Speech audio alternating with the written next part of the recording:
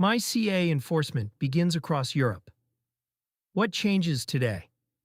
Europe's markets and crypto assets regulation reached full enforcement today, July 1st, 2026, closing the transition window that let firms operate under national rules while they applied for authorization. DeFilama marked the date by publishing a dashboard that tracks which exchanges hold a MiCA license and which are still operating without one, per its post on X. The timing lands in a week tape.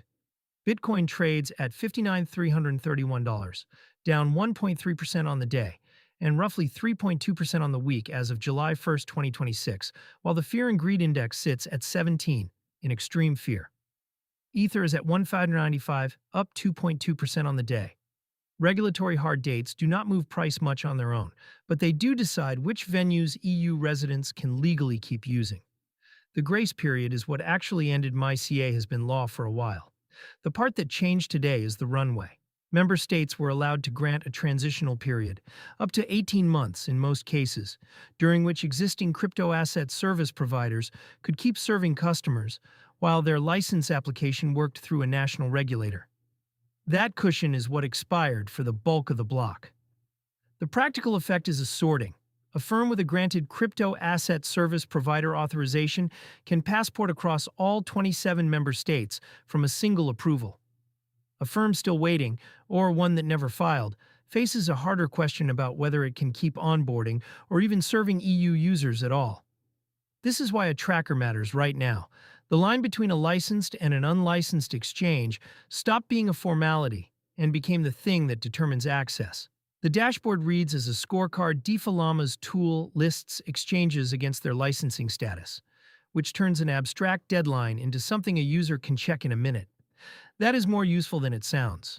Most people do not know whether the platform holding their balance filed for MiCA authorization in Germany, France, Ireland, or nowhere. The count has been climbing.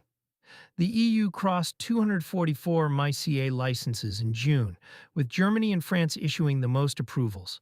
Not every applicant makes it, though, and the firms that never filed are the ones with the most to lose now that the window is shut. Analysts have warned for weeks that unlicensed firms face a wipeout once enforcement bites. The rollout has not been uniform either.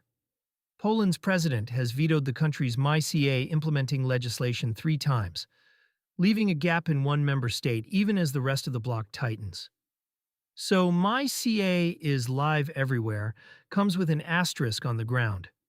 The card angle sits with the issuer. Most crypto cards in Europe are not standalone products. They ride on an exchange or e-money license, with a program manager and a card issuer sitting behind the plastic. When the platform behind a card is an authorized EU entity, the card program inherits a clearer legal footing. When it is not, the card can become the visible edge of a licensing problem. Paused top-ups, tightened onboarding, or a withdrawal from certain EU markets. That makes the issuer's status the first thing worth checking, ahead of the reward rate. A card advertising cashback rewards or zero foreign exchange markup is only as reliable as the entity funding it. This is the same counterparty logic that applies to any custodial product. If the platform holding your balance hits a compliance wall, access to that balance can freeze regardless of the card's headline perks. Self-custody card setups that spend from your own wallet sidestep part of that exposure, since the balance does not sit with the licensed intermediary. The stablecoin side of MiCA is already reshaping supply too. The rules impose issuer and reserve requirements on euro and dollar stablecoins circulating in the EU, which is part of why banks are moving in. Crédit Agricole rolled out a euro stablecoin, EURXT, on the same day, per CoinDesk. Compliant euro stablecoin rails are exactly what card programs need if they want to route EU spending, without leaning on tokens that may not clear the reserve bar. The near-term checklist. For an EU cardholder or exchange user, 3 things are worth doing this week. Confirm whether the platform behind your card or balance holds a MiCA authorization, using the DeFilama dashboard or the platform's own disclosures. Watch for onboarding or service changes from any venue that has not secured a license. And treat any stablecoin you hold in size against the question of whether its issuer meets MiCA reserve rules, since non-compliant tokens may see EU liquidity thin out.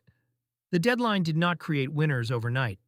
It removed the ambiguity that let unlicensed firms operate in the gaps, and it handed users a cleaner test for which platforms are built to stay.